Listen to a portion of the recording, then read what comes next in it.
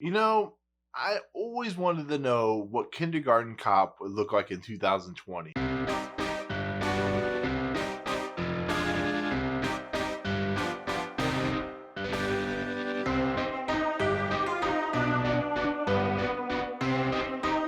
What's up, guys? Welcome to Movie Importance Movie Review of My Spy, the newest film from director Peter Segal. Before we begin, please hit that subscribe button if you like my content. To join Movie Emporium, hit that notification bell at the very top to find out what's coming next, and comment below on any video that you watch my channel. So, just to let you know, this is a very early screening of My Spy. It doesn't actually come out till March, so just to give you a heads up, because it might not be finished, but it looked pretty finished. My Spy is a story of a character played by Dave Bautista, who plays JJ, and JJ is a undercover CIA agent who is trying to recover some nuclear weapon plans. But because this movie needs a plot, he actually makes a mistake, and the plot, the nuclear plans get taken by the bad guy. And because of that mistake, he is tasked to go to Chicago to do a kind of menial surveillance watch over of this young woman who's a mother and this young girl. And he's paired up with like the odd couple pairing with Kristen Schaal, who plays Bobby, who's the tech wizard. And that is very typical in its plot device. But then you need the one character who is going to, especially when it's a kid, who's going to warm the heart of the agent who is just uncomfortable in the situation. He's a fish out of water character.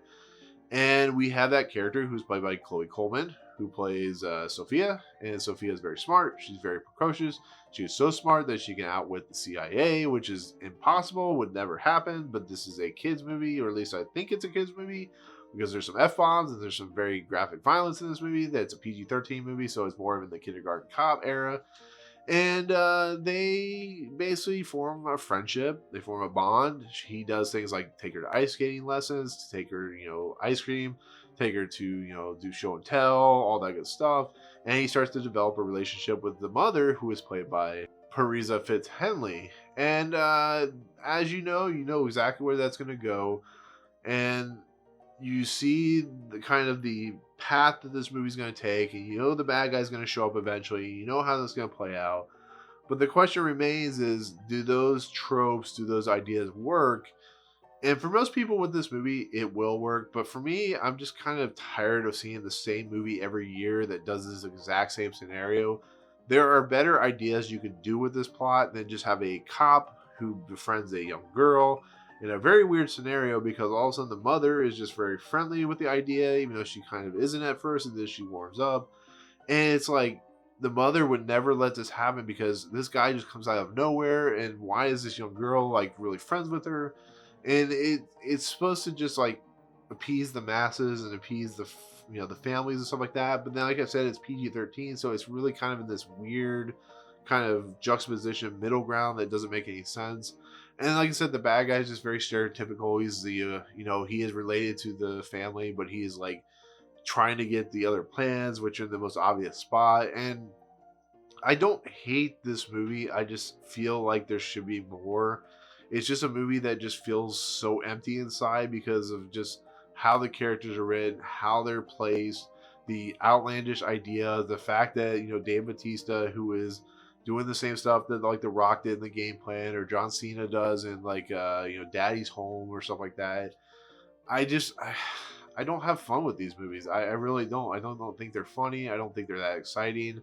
The people, like I said, were laughing their ass off, which I guess that's fine, but it's just not that exciting to me. And then you have Ken Jeong in this movie, who plays the director, or one of the directors of the CIA, who was like the guy, the gruff guy. He's like, "You're gonna lose your job," blah blah blah. And I'm like, I don't care. And like I said, the bad guys, I don't care. And then there's like these very stereotypical gay people in this movie, and they're like so outlandish that they kind of like, they're pure 90s gay stereotypes, and it just becomes like, why that's what this movie's problem is trying to be too much like the 90s and its ideas and its point of views, and it just feels dumb. It really does. It feels dumb. It feels like it doesn't have any soul, it doesn't have any heart.